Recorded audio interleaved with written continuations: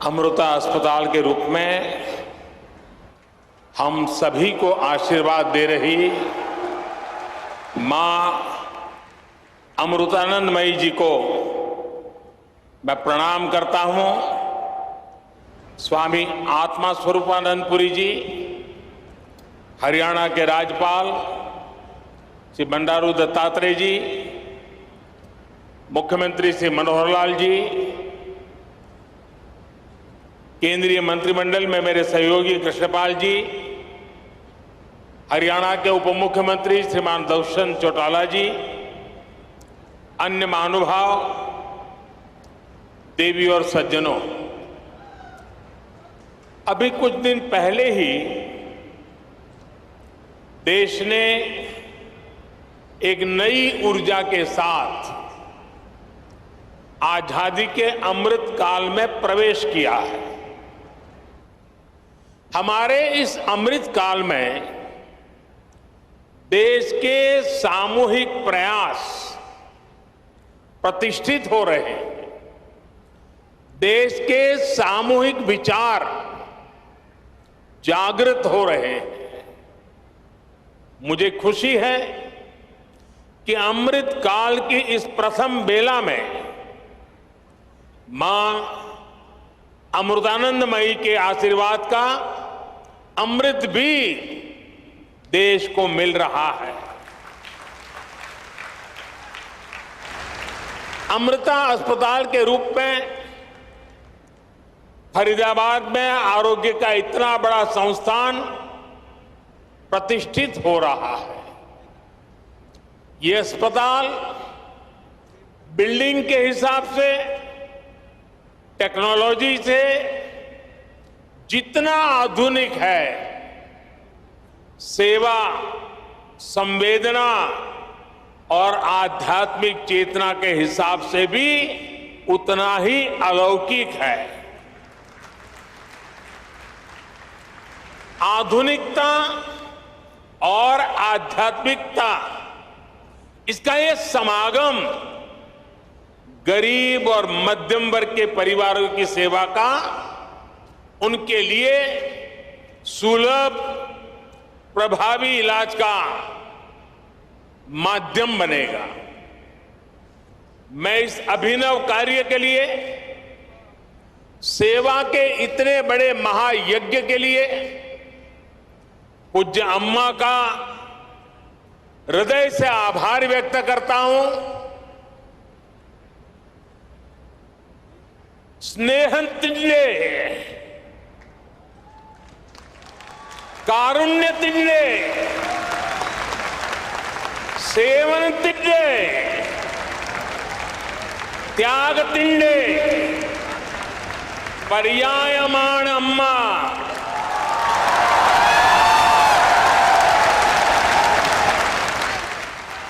माता अमृतानंदमयी देवी भारतंडे दे महत्ताय आध्यात्मिक परंपरा तिंडे नेरवकाशियाण।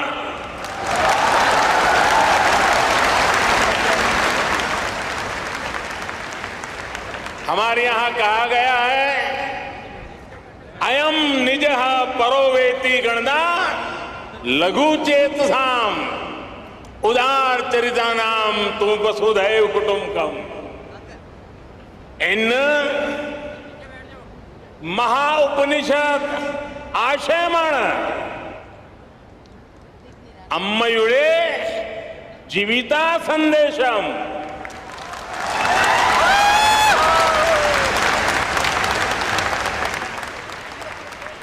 अर्थात अम्मा प्रेम, करुणा, सेवा और त्याग की प्रतिमूर्ति है। वो भारत की आध्यात्मिक परंपरा की वाहक है। अम्मा का जीवन संदेश हमें महाउपनिषदों में मिलता है। मैं मठ से जुड़े संत जनों को,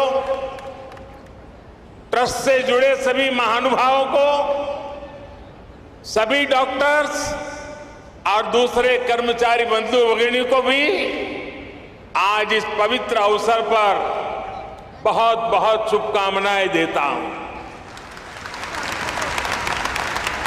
साथियों, हम बार बार सुनते आए हैं, न त्वम हम कामये राज्यम न च स्वर्ग सुखानि च कामये दुख तप्ता नाम प्राणी नाम आर्ति नाशनम। अर्थात न हमें राज्य की कामना है, न स्वर्ग के सुख की इच्छा है। हमारी कामना है कि हमें बस दुखियों की, रोगियों की पीड़ा दूर करने का सौभाग्य मिलता रहे। जिस समाज का विचार ऐसा हो, जिसका संस्कार ऐसा हो, वहां सेवा और चिकित्सा समाज की चेतना ही बन जाती है। इसलिए भारत एक ऐसा राष्ट्र है जहां इलाज एक सेवा है, आरोग्य एक दान है, जहां आरोग्य आध्यात्म दोनों एक दूसरे से जुड़े हुए हैं। हमारे यहां आयुर्विज्ञान एक वेद है। हमने हमारी मेडिकल साइंस को भी आयुर्वेद का नाम दिया है। हमने आयुर्वेद के सबसे महान विद्वानों को, सबसे महान वैज्ञानिकों को ऋषि और महर्षि का दर्जा दिया। उनमें अपनी पारमार्थिक आस्था व्यक्त की। महर्षि चरक, महर्षि सुश्रुत, महर्षि वाग्भट, ऐसे कितने ही उदाहरण हैं जिनका ज्ञान और स्थान आज भारतीय मानस में अमर हो चुका है। भाई और बहनों, भारत ने अपने इस संस्कार और सोच को सदियों की गुलामी और अंधकार में भी कहीं कभी लुप्त नहीं होने दिया, उसे सहज करके रखा। आज देश में हमारी वो आध्यात्मिक सामर्थ्य एक बार फिर सशक्त हो रहा। हमारे आदर्शों की ऊर्जा एक बार फिर बलवती हो रही है। पूज्य अम्मा भारत के इस पुनर्जागरण का एक महत्वपूर्ण वाहक के रूप में देश और दुनिया अनुभव कर रहा है। उनके संकल्प और प्रकल्प सेवा के इतने विशाल अधिष्ठानों के रूप में आज हमारे सामने है। समाज जीवन से जुड़े ऐसे जितने भी क्षेत्र हैं, पूज्य अम्मा का वात्सल्य, उनकी करुणा हमें हर जगह दिखाई पड़ती है। उनका मठ आज हजारों बच्चों को स्कॉलरशिप दे रहा है, लाखों महिलाओं को स्वयं सहायता समूहों के जरिए सशक्त कर रहा है। आपने स्वच्छ भारत अभियान में भी देश के लिए अभूतपूर्व योगदान दिया है। स्वच्छ भारत कोष में आपके द्वारा दिए गए बहुमूल्य योगदान के कारण गंगा किनारे बसे उस इलाकों में काफी काम हुआ। इससे नमामि गंगे अभियान को भी काफी मदद मिली। पूज्य अम्मा, उनके प्रति पूरे विश्व का श्रद्धाभाव है। लेकिन मैं एक भाग्यवान व्यक्ति हूं। पिछले कितने ही दशकों से पूज्य अम्मा का स्नेह, पूज्य अम्मा का आशीर्वाद मुझे अविरत मिलता रहा है। मैंने उनके सरल मन और मातृभूमि के प्रति विशाल विजन को महसूस किया है और इसलिए मैं कह सकता हूं कि जिस देश में ऐसी उदार और समर्पित आध्यात्मिक सत्ता हो, उसका उत्कर्ष और उत्थान सुनिश्चित है। साथियों, हमारे धार्मिक और सामाजिक संस्थानों द्वारा शिक्षा, चिकित्सा से जुड़ी जिम्मेदारियों के निर्वहन की यह व्यवस्था एक तरह से पुराने समय का पीपीपी मॉडल ही है। इसे पब्लिक प्राइवेट पार्टनरशिप तो कहते ही हैं, लेकिन मैं इसे परस्पर प्रयास के तौर पर भी देखता हूं। राज्य अपने स्तर से व्यवस्था खड़ी करते थे,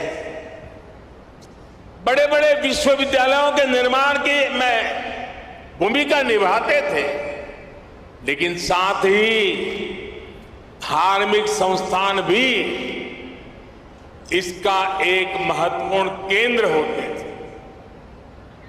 आज देश भी ये कोशिश कर रहा है कि सरकारें पूरी निष्ठा और ईमानदारी से मिशन मोड में देश के स्वास्थ्य और शिक्षा क्षेत्र का कायाकल्प करें। इसके लिए सामाजिक संस्थाओं को भी प्रोत्साहन दिया जा रहा है। प्राइवेट सेक्टर के साथ पार्टनरशिप करके प्रभावी पीपीपी मॉडल तैयार हो रहा है। मैं इस मंच से आह्वान करता हूं, अमृता हॉस्पिटल का यह प्रकल्प देश के दूसरे सभी संस्थाओं के लिए भी एक आदर्श बनेगा, आदर्श बन के उभरेगा।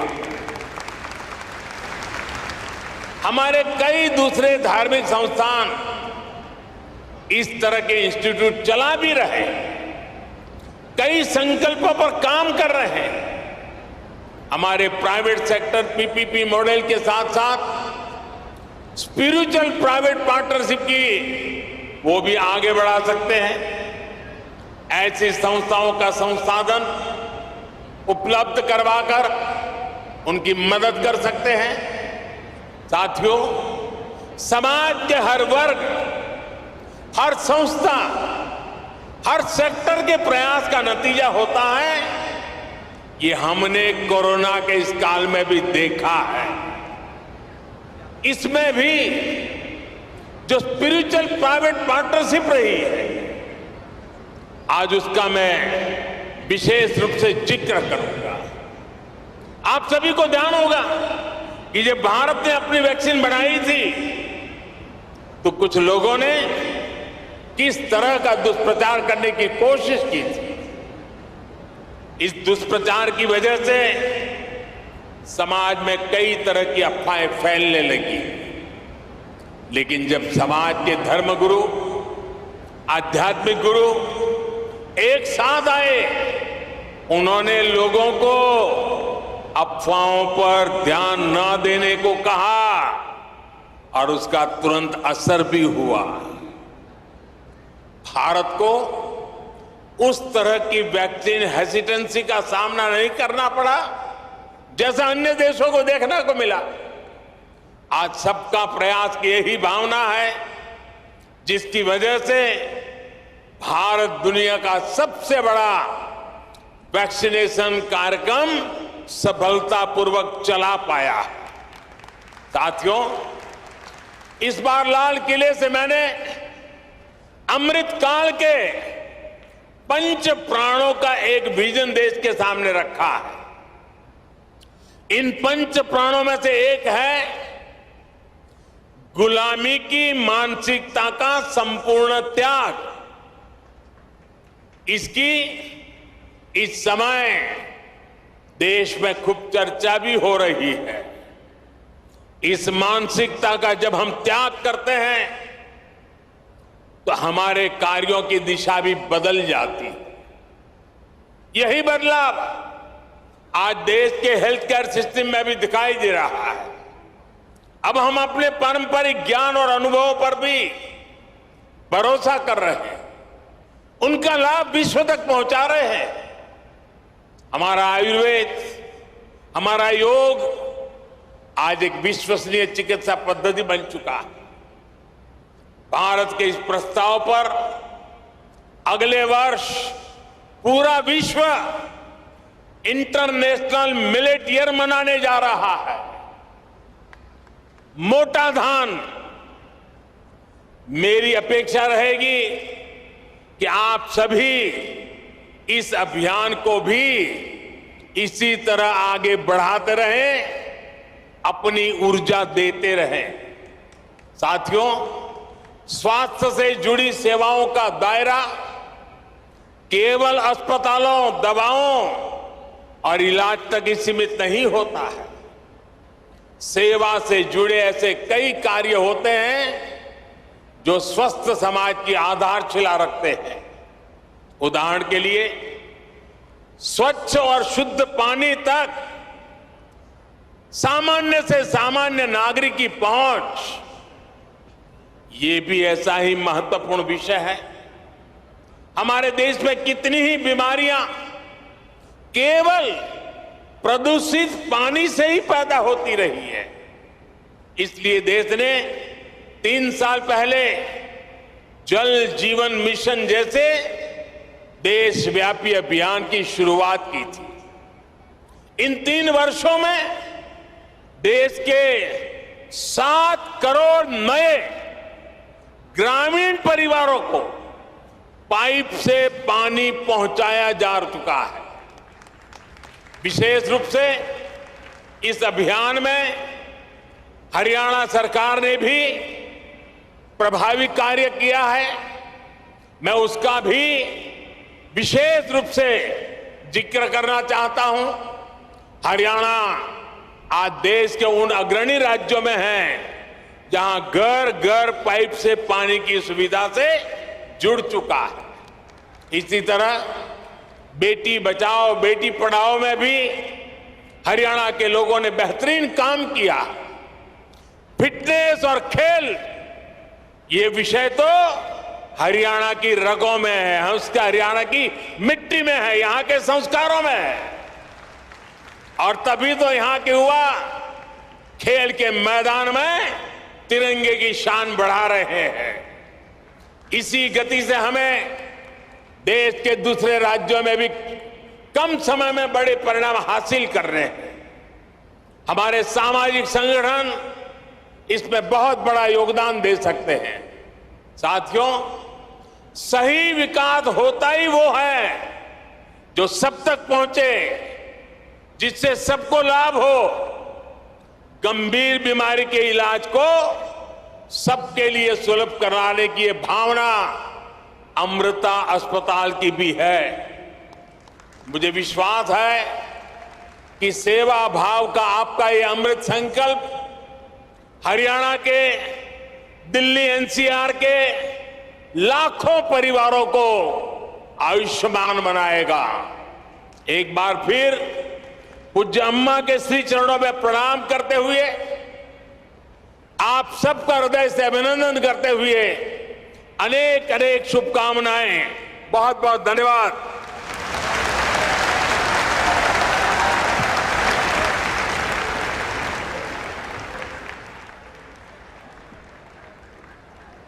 माननीय प्रधानमंत्री जी, आपके इन प्रेरणादायी एवं चिंतनशील वचनों के लिए आपका अतिशय धन्यवाद।